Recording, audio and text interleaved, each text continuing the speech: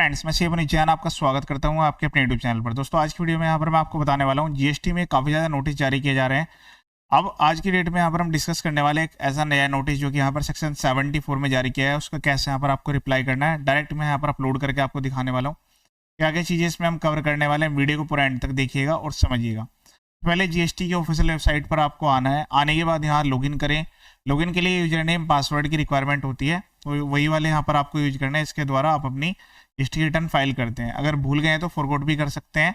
ये वाली एक्टिविटी आप अपने मोबाइल के द्वारा भी कर सकते हैं, लेकिन जो आपको रिप्लाई है वो डिटेल्ड बनाना है और साइन करके आपको अपलोड करना होगा। ठीक है, सबसे पहले हम यहाँ पर यूजर नेम एंटर करेंगे, देन उसके बाद पासवर्ड कैप्चा कोड डालकर लॉगिन कर लेंगे। लॉगिन करने के बाद आपको सर्विसेज में जाना है। यहाँ पर यूजर सर्विस में यहाँ पर व्यू नोटिस एंड ऑर्डर पर क्लिक करना होगा। तो यहाँ पर जो भी आपके लेटेस्ट नोटिस है वो आपको देखने के लिए मिलेंगे। भी यहाँ पर एक लेटेस्ट नोटिस जारी किया गया है, पर व्यू पर क्लिक करना है। व्यू पर क्लिक करने के बाद आपको जो है नोटिस में जाना है और यहाँ से जो पीडीएफ यहाँ पर लगी हुई है वो दोनों पीडीएफ्स डाउनलोड कर लेने हैं। 2 पीडीएफ्स यहाँ पर आपको देखने के लिए मिल जाएगी। मैंने ऑलरेडी डाउनलोड की हुई है, मैं आपको दिखा देता हूँ डायरेक्ट। उसके बाद रिप्लाई पर क्लिक करेंगे। यहाँ पर जो है ऐड रिप्लाई पर क्लिक करना है, रिप्लाई टू सोकोज नोटिस।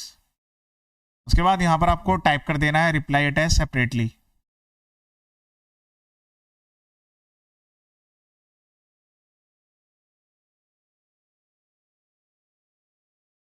ठीक है, विद सपोर्टिंग एविडेंस।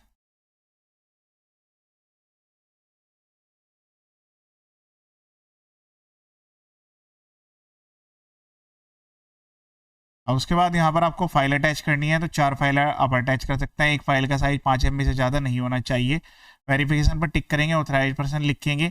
उसके बाद यहाँ पर प्लेस लिख देंगे। ठीक है, उसके बाद यहाँ पर फाइल पर क्लिक करके नेक्स्ट पेज पर रिडायरेक्ट होंगे। वहाँ पर आपको ईबीसी का ऑप्शन मिलेगा, उसके द्वारा ये रिप्लाई फाइल होगा।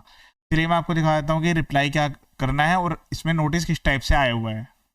ये जो नोटिस है यहाँ पर जो है सेक्शन 74 में जारी किया गया है। आपको किसी भी साल के लिए इस टाइप का नोटिस आ सकता है। ये B6 के रिगार्डिंग है, इसमें टैक्स लगाया गया है, इंटरेस्ट है और पेनल्टी एप्लीकेबल है। तो इसमें ये भी रूल होता है कि अगर आप जो है 30 डेज के अंदर पेमेंट कर रहे हैं तो उस केस में जो आपका टैक्स है वो तो आपको पूरा पे करना पड़ेगा, लेकिन पेनल्टी 25% तक हो जाती है और इंटरेस्ट तो आपका सेक्शन 50 के अकॉर्डिंग रहता है। अगर आपके लेजर बैलेंस यहाँ पर अवेलेबल था, आपने यूटिलाइज नहीं किया था, तो उस केस में इंटरेस्ट भी अवेलेबल नहीं होता है, अदरवाइज आपको इंटरेस्ट भी पे करना होगा। 18% पर एनम के हिसाब से इंटरेस्ट ही अवेलेबल रहता है। उसके बाद यहाँ पर जो डिटेल नोटिस भेजा गया है, कुछ डाटा यहाँ पर कॉन्फिडेंशियल है, उसको हाइड भी किया गया है। नोटिस यहाँ पर सेक्शन 74 में जारी किया गया है। कहा गया है कि यहाँ पर जो है एक पर्टिकुलर यूनिट के द्वारा इन्वेस्टिगेशन हुआ था, उसमें इतने रुपए की यहाँ पर आपने किसी ऐसे पर्सन से परचेज की है जो कि फर्म बाद में नॉन एग्जिस्टेंट पाई गई है। ठीक है, तो उसमें फर्म का नेम, जीएसटी नंबर, पीरियड और अमाउंट दिया गया है। ये एक तरीके से आपका जो केस है सेक्शन 16 सबसेक्शन 2 क्लोज C के रिगार्डिंग है। में एलिगेशंस लगाई है कि फाइंडिंग जो इन्वेस्टिगेशन है वो यहाँ पर की गई थी, फिजिकल रिपोर्ट सबमिट की गई है, 16/2C का आपने जो है यहाँ पर वायलेशन किया है। उसके बाद ये जो अमाउंट यहाँ पर प्रपोज की गई है उसके रिगार्डिंग वैल्यूज हैं और ये कहा गया है कि आपने जो है रोंगली इसको अवेल भी कर लिया, यूटिलाइज कर दिया है, तो आपके ऊपर सेक्शन 74 में ये प्रोसीडिंग्स की जा रही है।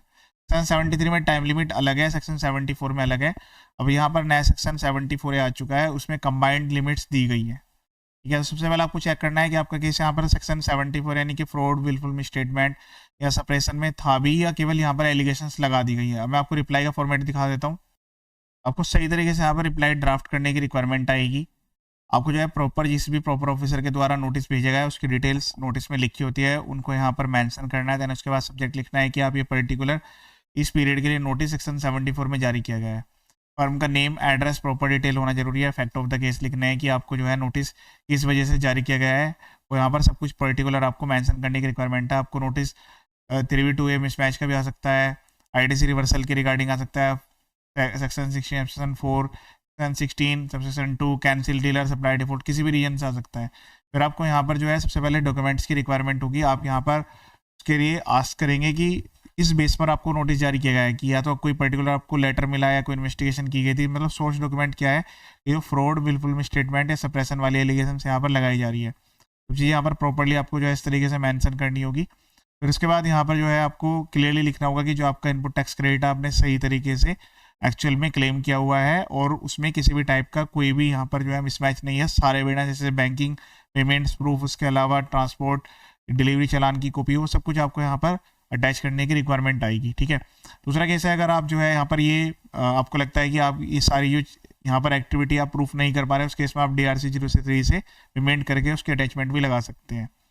ठीक है, उसके बाद सेक्शन 74 के प्रॉपर प्रोविजंस को मेंशन आपको करने की रिक्वायरमेंट आएगी, और आप ये चेक करेंगे कि क्या ये केस यहाँ पर 74 का है भी या नहीं, तो उसके लिए प्रॉपर यहाँ पर डिटेल लिखनी है। अगर आप एग्री कर रहे हैं फिर आपका जो रिप्लाई का तरीका होगा वो डिफरेंट रहेगा, और अगर आप एग्री नहीं करते हैं तो आप क्लियरली लिखेंगे कि आपके केस में फ्रॉड या विलफुल मिसस्टेटमेंट यहाँ पर अप्लाई नहीं होते हैं। ठीक है, तो आप क्लियरली मेंशन करेंगे जिस भी प्रोविजंस को तहत आपको ये नोटिस जारी किया गया है वो सबमिट करेंगे।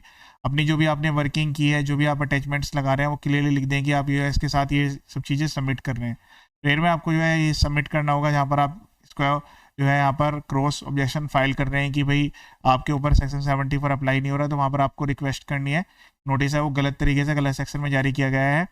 अपॉर्चुनिटी ऑफ हियरिंग वाला पॉइंट जरूर यहाँ पर लिख के जो डॉक्यूमेंट्स आप सबमिट कर रहे हैं वो यहाँ पर कंसिडरेशन वाला पॉइंट जरूर यहाँ पर मेंशन आपको करना है। इस तरीके से प्रॉपर रिप्लाई बनाते हुए आपको सारे डॉक्यूमेंट सबमिट करने हैं। ठीक है, हर पेज पर आपको सिग्नेचर करना है, जो भी डॉक्यूमेंट्स एविडेंस आप लगा रहे हैं उसमें क्लियरली मेंशन होना जरूरी है। फिर मैंने आपको बता दिया था वहाँ पर फाइल पर क्लिक करके EVC के द्वारा इसको सबमिट करेंगे। तो ये था डिटेल वीडियो।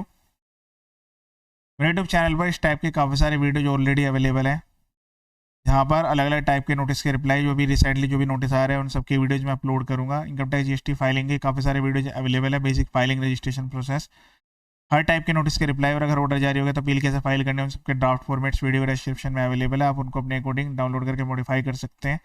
चैनल का पर्पज फुल्ली एजुकेशनल है, वीडियोज को शेयर करें ताकि सभी को उसका बेनिफिट मिल जाए। ये वीडियो देखने के लिए थैंक यू सो मच।